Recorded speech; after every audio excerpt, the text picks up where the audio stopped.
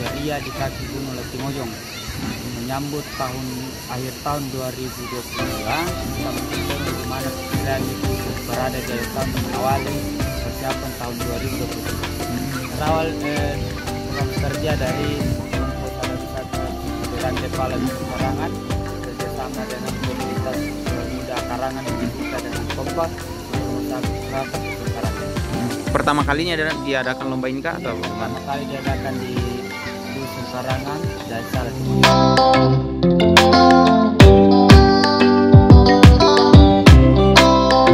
ya, sebenarnya perlombaan lomba tradisional dan kemah wisata ini sebenarnya ini adalah inisiasi dari kelompok sadar wisata berkonsultasi dengan Dinas Pariwisata, dan memang dari awal kita mendorong agar kelompok sadar wisata yang berkedudukan di desa wisata khususnya itu agar mendorong event-event wisata untuk mempromosikan desa wisatanya. Nah, akhirnya lomba ini dilaksanakan oleh kelompok sadar wisata dengan memanfaatkan dukungan dari Pemda sendiri, Dinas Pariwisata, dan beberapa donasi juga dan sponsor.